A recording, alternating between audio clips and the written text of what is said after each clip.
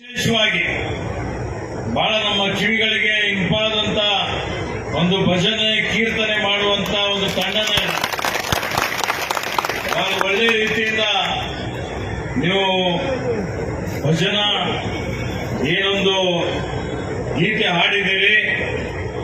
ಬಹಳ ಆ ಗೀತೆ ಕೇಳಿದ್ರೇನೆ ಒಂದು ರೀತಿಯಲ್ಲಿ ಶಾಂತಿ ಸಮಾಧಾನ ಆಗುತ್ತೆ. ಅದಕ್ಕೆ ವಿಶೇಷವಾಗಿ ನಮ್ಮ ಕಪ್ಲಾಪುರದ ಎಲ್ಲಾ ತಂಡದವರಿಗೆ ಸುಮಾರು 100ಕ್ಕಿಂತಲೂ ಜಾಸ್ತಿ ಇದ್ದಾರೆ ಅನ್ನೋ ಅನಿಸ್ತದೆ. ಇದೀರಾ? ನಿಮ್ಮೆಲ್ಲರಿಗೆ ಅಭಿನಂದನೆ. ಮತ್ತು ಇವತ್ತಿನ ಒಂದು ಜಾತ್ರೆ 100 ವರ್ಷದ ಇತಿಹಾಸ ಇರುವಂತಹ ಒಂದು ಜಾತ್ರೆ. ಜಾತ್ರೆಗಳಂದ್ರೆ ಏನಪ್ಪಾ, ಎಲ್ಲಾ ಸಮುದಾಯಗಳು ಇವತ್ತು ಜಾತ್ರೆ ಆಚರಣೆ ಮಾಡ್ತೀವಿ. ಅದರಲ್ಲಿ ವಿಶೇಷವಾಗಿ ಎಲ್ಲಾ ಜಾತಿ ಎಲ್ಲ ಭಾಷೆ ಧರ್ಮೀಯರು ಸೇರ್ತಾರೆ.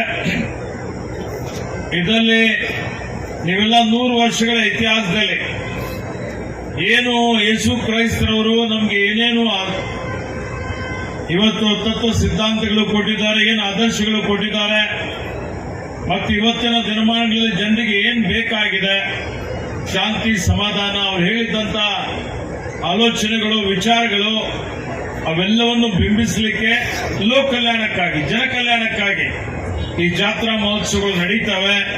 ಈ ಜಾತ್ರೆಗಳು ನಮ್ಮ ಸಂಸ್ಕೃತಿಯನ್ನು ಪ್ರತಿಬಿಂಬಿಸ್ತವೆ. ಮತ್ತೆ ಜಾತ್ರೆ ನಿಮಿತ್ತ ಜನ ದೂರದಿಂದ ನಮ್ಮ ಇತಿಹಾಸ ಇದೆ, ಒಂದು ಪರಂಪರೆ ಇದೆ, ಸಂಪ್ರದಾಯ ಇದೆ. ಬಹಳಷ್ಟು ಎಲ್ಲೇ ಇದ್ರೂ ಅತ್ಯಂತ ಶ್ರದ್ಧೆಯಿಂದ ನಂಬಿಕೆಯಿಂದ ಎಲ್ಲ ಒಂದ್ ಕಡೆ ಸೇರ್ತಾರೆ.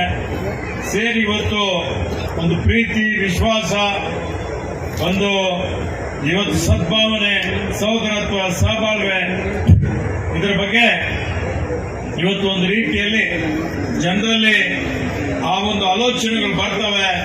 ಹೀಗಾಗಿ ಈ ಜಾತ್ರೆಗಳು ನಮ್ಮೆಲ್ಲರನ್ನು ಒಗ್ಗೂಡಿಸುವಂತ ಒಂದು ಶಕ್ತಿ ಈ ಜಾತ್ರೆಗಳಿದೆ. ಅದಕ್ಕೆ ಈ ಜಾತ್ರಾ ಮಹೋತ್ಸವದ ನಿಮಿತ್ತ ನಿಮ್ಮೆಲ್ಲರಿಗೆ ನನ್ನ ಪರವಾಗಿ ಹಾರ್ದಿಕ ಅಭಿನಂದನೆ ಮತ್ತು ಶುಭಾಶಯಗಳನ್ನು ಕೋರ್ತಾ ಇದ್ದೇನೆ.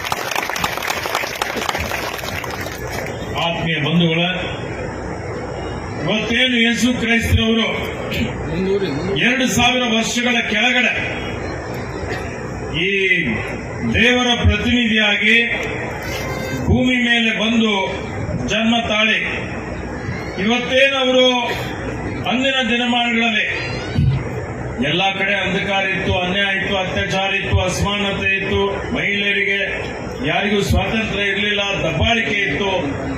ಅಂತ ಸಮಯದಲ್ಲಿ ಯೇಸು ಕ್ರೈಸ್ತರವರು ಬಂದು ಅವ್ರದೇ ಒಂದು ತಂಡವನ್ನು ಕಟ್ಟಿಕೊಂಡು ಇವತ್ತೇನು ದೇವರ ಅವರೇನು ಸೂಚನೆ ಕೊಟ್ಟಿದ್ದಾರೆ ಅದನ್ನು ಜನರಲ್ಲಿ ಮುಟ್ಟಿಸುವಂಥದ್ದು, ಎಲ್ಲಾ ಕಡೆ ಒಂದು ರೀತಿಯಲ್ಲಿ ಪ್ರೀತಿ, ಅವರೇನು ಹೇಳಿದ್ದಾರೆ, ಅವ್ರ ಸಂದೇಶ ಏನಿದೆ, ಪ್ರತಿಯೊಬ್ಬರು ಪರಸ್ಪರ ಇವತ್ತು ಏನು ಪ್ರೀತಿ, ಸೇವೆ, ತ್ಯಾಗ, ಕ್ಷಮಾದಾನ ಇವೇನು ಅತ್ಯಂತ ಮುಖ್ಯವಾದಂತ ಒಂದು ವಿಷಯಗಳು.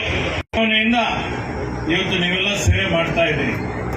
ಇವತ್ತು ನಿಮ್ಮ ಸೇವೆ ಆರೋಗ್ಯದ ಕ್ಷೇತ್ರದಲ್ಲಿ, ಶಿಕ್ಷಣದ ಕ್ಷೇತ್ರದಲ್ಲಿ, ಅತಿ ಕಡು ಬಡವರ ಒಂದು ಓಣಿಗಳಿಗೆ ಹೋಗಿ ಇವತ್ತು ಯಾರಿಗಾದರೂ ಕಾಯಿಲೆಗಳಿದ್ರೆ, ಯಾರಿಗಾದ್ರೂ ಹಿಂದೆ ನಾವು ನೋಡಿದ್ವಿ ಕುಷ್ಠರೋಗ ಇದ್ರೆ ತಮ್ಮ ಮನೆಯಲ್ಲೇ ಇದ್ದವ್ರ ಪರಿವಾರದವರಿಗೆ ಮನೆಯವ್ರಿಗೆ ಹಾಕಿದ್ದು ನಾವು ನೋಡಿದ್ದೇವೆ.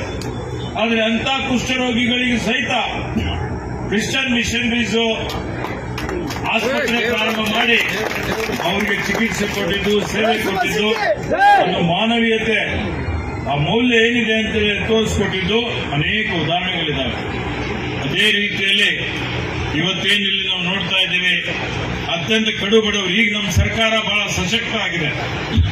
ಎಲ್ಲಾ ಕಡೆ ಶಾಲೆ ತೆಗೆದಿದ್ದೇವೆ, ಕಾಲೇಜ್ ತೆಗೆದಿದ್ದೇವೆ. ಹಿಂದೆ ಸರ್ಕಾರದ ಸಹಾಯ ಇರಲಿಲ್ಲ, ಆರ್ಥಿಕವಾಗಿ ಬಹಳ ಇವತ್ತು ಬಲಿಷ್ಠವಾಗಿದ್ದಿಲ್ಲ. ಅಂತ ಸಮಯದಲ್ಲಿ ಕ್ರೈಸ್ತ ಮಿಷನರೀಸ್ಗಳು ಬಡವರ ಬಡಾವಣೆಯಲ್ಲಿ ಶಾಲೆಗಳು ಪ್ರಾರಂಭ ಮಾಡಿ ಮಕ್ಕಳಿಗೆ ಶಾಲೆಗೆ ಕರ್ಕೊಂಡು ಹೋಗುವಂಥದ್ದು, ಶಿಕ್ಷಣ ಕೊಡುವಂಥದ್ದು, ಅವ್ರಿಗೆ ಆರೋಗ್ಯದ ವ್ಯವಸ್ಥೆ ಕೊಡುವಂಥದ್ದು, ಪೌಷ್ಟಿಕಾಂಶದ ಆಹಾರ ಕೊಡುವಂಥದ್ದು, ಇಂಥ ಅನೇಕ ರೀತಿಯ ವಿಧಾಯಕ ಕಾರ್ಯಕ್ರಮಗಳು ಮಾಡಿದಂತಹ ಶ್ರೇಯಸ್ಸು ಯಾರಿಗಾದರೂ ಸಲ್ತದೆ ಅಂದ್ರೆ ಅದು ಕ್ರೈಸ್ತ ಮಿಷನ್ಗೆ ಸಲ್ತದೆ ಅನ್ನುವಂಥ ಮಾತನ್ನು